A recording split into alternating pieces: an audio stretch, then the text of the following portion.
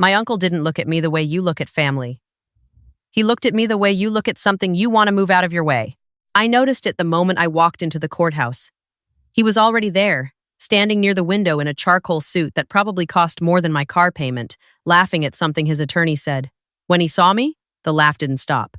It just changed shape. It became something smaller, sharper, and pointed directly at me. I sat down at the table across from him and folded my hands in my lap and tried to remember how to breathe. My father had been gone for 4 months. 4 months since I'd sat in a hospital room in Columbus holding his hand while the monitors beeped slower and slower. 4 months since I'd driven home alone in the dark and stood in his kitchen not knowing where to put myself. 4 months since the funeral, since the casseroles from neighbors, since the long quiet that settles into a house after someone who filled it is suddenly gone. And now I was here. My uncle, my father's younger brother, was contesting the will. He claimed my father hadn't been of sound mind when he signed the updated version. He claimed I had manipulated a sick old man. He claimed, and this was the part that made my stomach turn every time I thought about it, that I had been hiding assets from the family.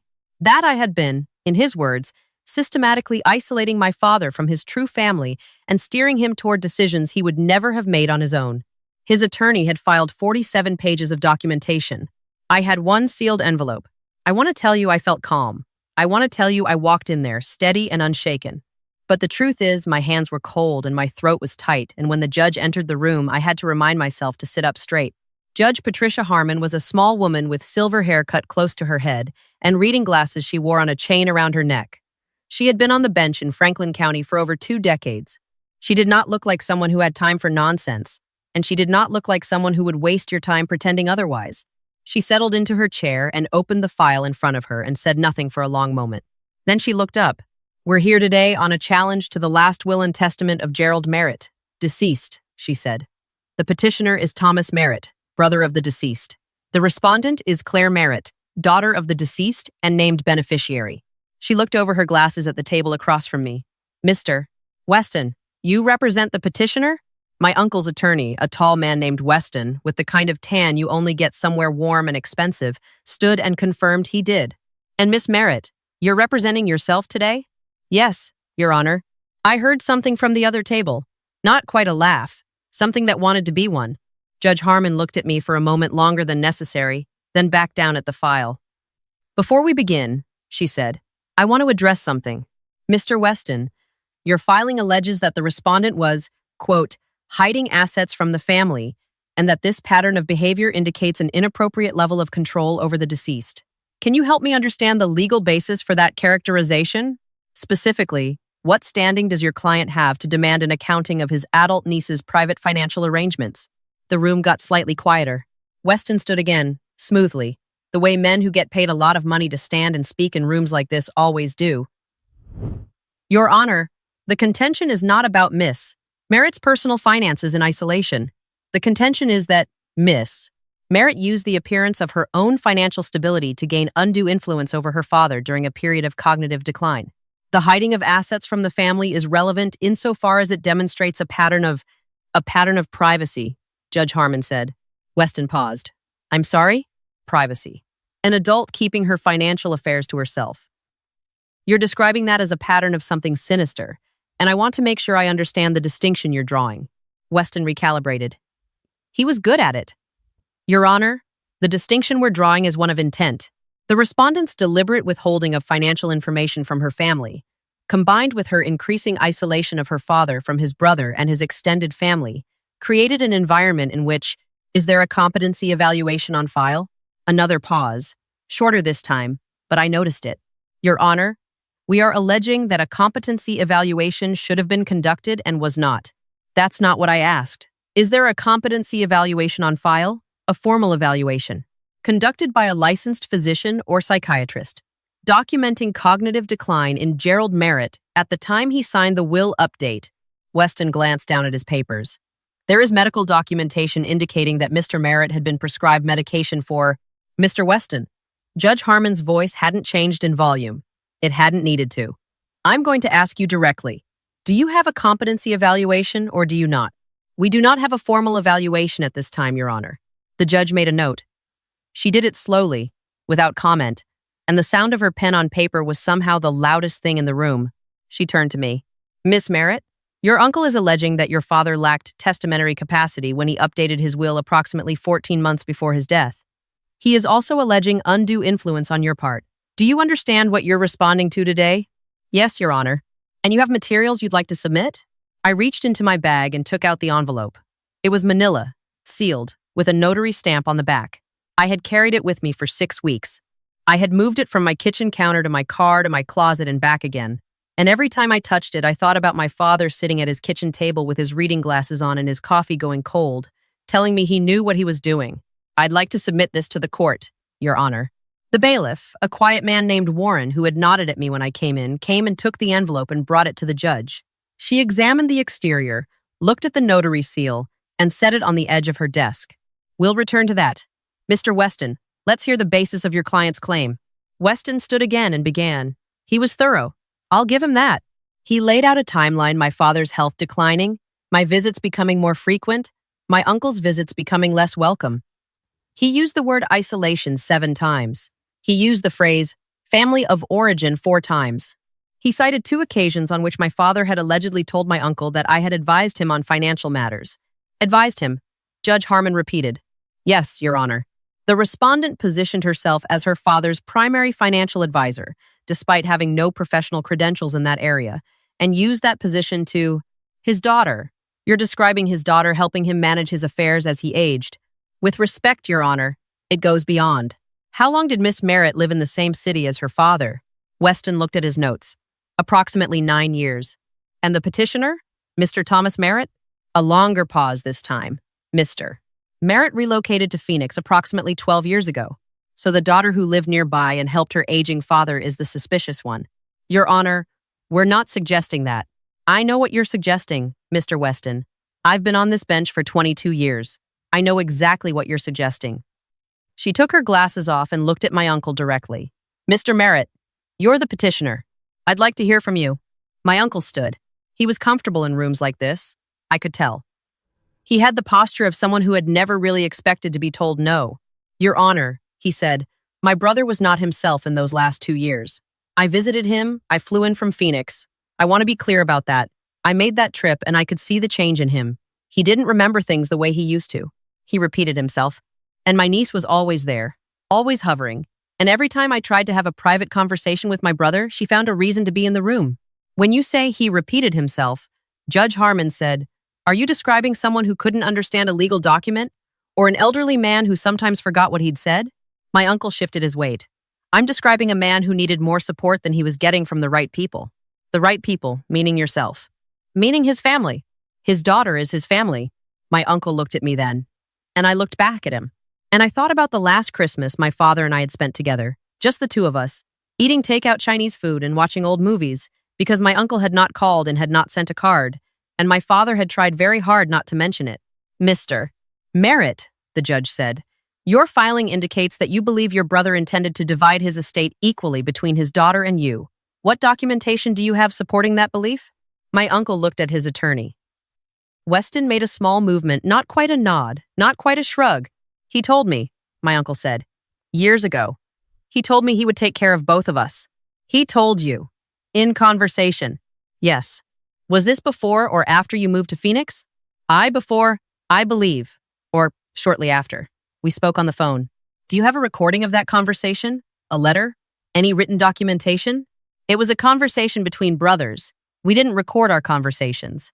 Judge Harmon looked at him for a moment. The will Gerald Merritt signed 14 months before his death left his estate entirely to his daughter Claire. The previous version, signed 9 years ago, also left his estate entirely to his daughter Claire. She paused to let that settle. In what period do you believe your brother intended to include you as a beneficiary? My uncle's jaw moved once. He changed. After she got more involved, he changed. He stopped calling me the way he used to. Or, the judge said mildly, he always intended to leave his estate to his daughter, and the change you're perceiving is something else. She opened the manila envelope. She took out the contents and looked at them for a moment. Then she handed them to the bailiff. Warren, would you read the first document into the record? Warren looked down at the pages and cleared his throat. This is a notarized statement dated March 14th of last year, signed by Gerald Merritt in the presence of a notary public and 2 witnesses. It reads, I, Gerald Merritt, Being of sound mind and full understanding of my intentions, write this statement for the purpose of clarification. Should any dispute arise following my death, I have updated my will of my own free will and with complete understanding of its contents. My daughter Claire has not pressured, coerced, or unduly influenced me in any way. She has been present during my illness because I asked her to be. She has helped me manage my affairs because I asked her to. Every decision made regarding my estate was made by me, with full knowledge of the consequences. The room was quiet.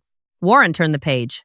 The second document is a letter, also notarized, from Dr. Raymond Chu, attending physician to Gerald Merritt from 2019 until his death. Dr.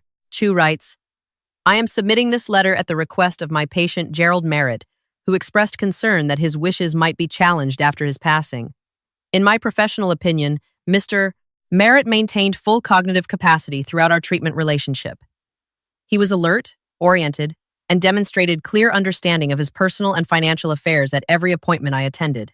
He was not suffering from dementia or any condition that would impair his testamentary capacity. He was a man who knew exactly what he wanted and exactly what he was doing. My uncle had gone still. Not the stillness of listening. The stillness of a person who has just understood something and does not want their face to show it.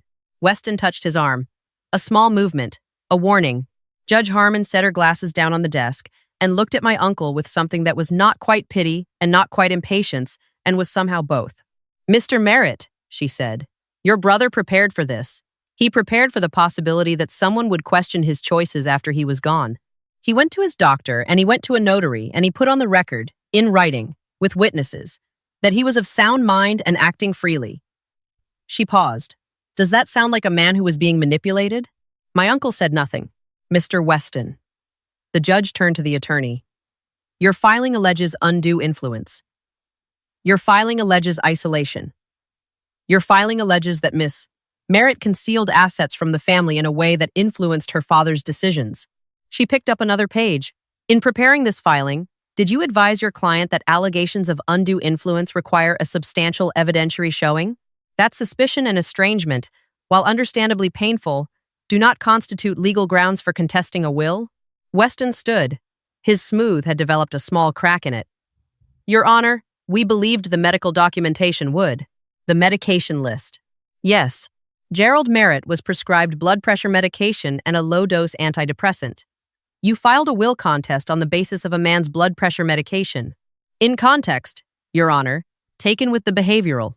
There's no behavioral documentation either, Mr. Weston. There are your client's recollections of phone calls and visits. There is a subjective sense that his brother changed. There is nothing that rises to the legal standard for contesting a valid will executed by a competent adult. She looked at him steadily. I'm going to ask you a question, and I want a direct answer. Before you filed this petition, did you advise your client of the evidentiary requirements for a successful will contest in Ohio? The crack in Weston's smooth got wider. I advised my client that we had a colorable claim, Your Honor. A colorable claim, she repeated. Based on what you've presented today, based on the totality of the circumstances as described by my client, and the filing fees, and the months of litigation, and the cost to this woman, she gestured toward me, of defending her father's clearly stated wishes against a claim with no supporting documentation. She let the silence stretch just long enough. We'll take a brief recess. I sat very still, while everyone moved around me. The bailiff stepped out. Weston leaned close to my uncle and spoke quietly. My uncle kept looking at the table. I thought about my father again, the way he had looked the day we went to the notary together. He dressed up for it, wore the blue button-down he saved for things that mattered. He'd been the one to suggest it. He'd read about contested wills online, he told me. And he wanted to make sure. He wanted to make sure I wouldn't have to fight. He spent his last 14 months making sure I wouldn't have to fight. But here I was anyway. When Judge Harmon returned, she sat down and did not open any files. She looked at both tables, and when she spoke, her voice was measured and clear. I'm denying the petition to contest the will of Gerald Merritt. The petitioner has not met the evidentiary burden required to establish either lack of testamentary capacity or undue influence. The notarized statement of the deceased, combined with the letter from his treating physician, establishes clearly that Gerald Merritt understood his estate plan and executed it freely. She looked at my uncle. Mr. Merritt, your brother knew you might do this. He took steps to protect his daughter from exactly this proceeding. I would encourage you to think carefully about what that tells you. My uncle looked down at the table. Mr. Weston. The judge's voice shifted slightly. Still even, but with a different weight to it. The court is troubled by this filing. A will contest is a serious matter. It causes significant distress to grieving families, and it consumes court resources. The documents submitted by the respondent today were not hidden. They were prepared by the decedent and entrusted to his daughter, and they directly rebut every central allegation in your petition. I would expect an attorney of your experience, in conducting due diligence before filing, to have inquired whether such documentation might exist. She paused. I'm referring this matter to the Disciplinary Council for review of whether this petition was filed with adequate pre-filing investigation. You'll receive documentation from my clerk. Weston's face did not move, but something behind his eyes did. The estate of Gerald Merritt will proceed to distribution according to the terms of the valid will on file. Court costs are awarded to the respondent. She closed the file. We're adjourned. The sound of her gavel was very small in a room that had gone very quiet. I didn't move for a moment. I sat and looked at my hands and felt the tightness in my chest finally begin to loosen, thread by thread, like something being carefully unwound. I heard chairs moving, voices, the shuffle of papers being gathered. When I finally looked up, my uncle was walking toward the door. He didn't look at me. His attorney was already on his phone. The bailiff was straightening the chairs at the other table, methodical, unhurried, as if nothing particularly remarkable had happened in this room today, and yet everything had. I picked up my bag and my folder and I stood. I thought about calling someone. My best friend who had sat with me through the worst nights of the past 4 months. My father's neighbor, Mrs. Calloway, who had brought me soup twice a week while he was sick and cried harder than anyone at the funeral. I would call them. I would call them the minute I got outside. But first, I stood in that courtroom for one more moment, in the quiet of it, and I let myself feel the full weight of what had just happened. My father had known. He had known that his brother, who had not visited more than twice in the last 3 years, who had not been in that hospital room, who had not held his hand, he had known that this man might come looking after he was gone. He had known it with the particular clarity of someone who has had a long time to think clearly about the people in his life. And so, he had done what he always did. He had taken care of it. He had sat at his kitchen table with his reading glasses on and his coffee going cold, and he had written down the truth. And he had signed it in front of witnesses, and he had given it to me and told me to keep it somewhere safe. You know I've always trusted you, he'd said that day, in the car on the way home from the notary. I had said, I know, Dad. He had said, I just want to make sure you don't have to prove it to anyone else. I had thought at the time that it was something old people said, the kind of thing people start to think about when they know they're running out of time, a precaution, a formality. I hadn't understood that he was handing me a shield. I walked out of the courthouse into the November air, and it was cold and clean, and the sky was a flat, pale gray, and I stood on the front steps and looked at the parking lot and let myself breathe. My uncle's car, a silver rental, the kind that comes with the premium tier, was pulling out of the lot. I watched it go. I watched it until it turned onto the street and disappeared. I did not feel triumphant. I want to say that clearly, because I think people expect you to feel triumphant when something like this ends the way it should. But what I actually felt was tired and sad, and something underneath the sadness that was quieter and harder to name. Relieved. I was relieved. Not because I had won something, but because I hadn't had to watch my father's carefully stated wishes get rewritten by a man in a good suit who had not been there. That was all I had ever wanted. Not to win, just not to watch that happen. I took out my phone. My best friend answered on the second ring. How did it go? She said, and I could hear in her voice that she had been waiting. It's over, I said. She exhaled. Long, slow, all the way out. Tell me everything. I will, I said. But first, do you know anyone who sells really good coffee near the courthouse? Because I have been awake since 4 a.m. and I have a lot of feelings and I think I need caffeine before I can have most of them. She laughed. And the sound of her laughing cracked something open in my chest, and I stood there on the courthouse steps and laughed with her, and the cold air smelled like rain coming. I had one last thing to do before I drove home. My father had a small plot at Greenlawn Cemetery, about 15 minutes from the courthouse. I had been there 3 times since the funeral, once on his birthday, once the day I first received the legal filing from my uncle's attorney, because I needed somewhere to be angry, and once just because I missed him and didn't know where else to go. I sat down on the bench near his headstone and I didn't say much. I don't think you have to say much. I think sometimes you can just show up and sit there and let the person know you're still thinking about them. The thing worked, I said. After a while, the envelope. The judge read it. She read the whole thing. A bird somewhere behind me changed its call. The doctor's letter was the part that got them, I think. When the bailiff started reading it, I watched. I watched my uncle's face change. Not all at once. It was like watching something go out.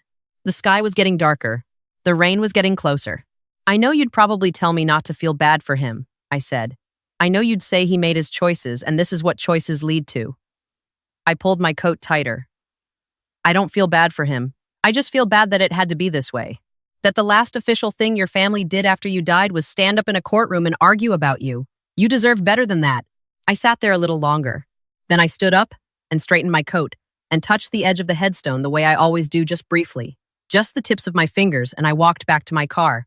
On the way home, I passed the road that turned toward my father's house. The house that was mine now, that I still hadn't entirely been able to think of as mine.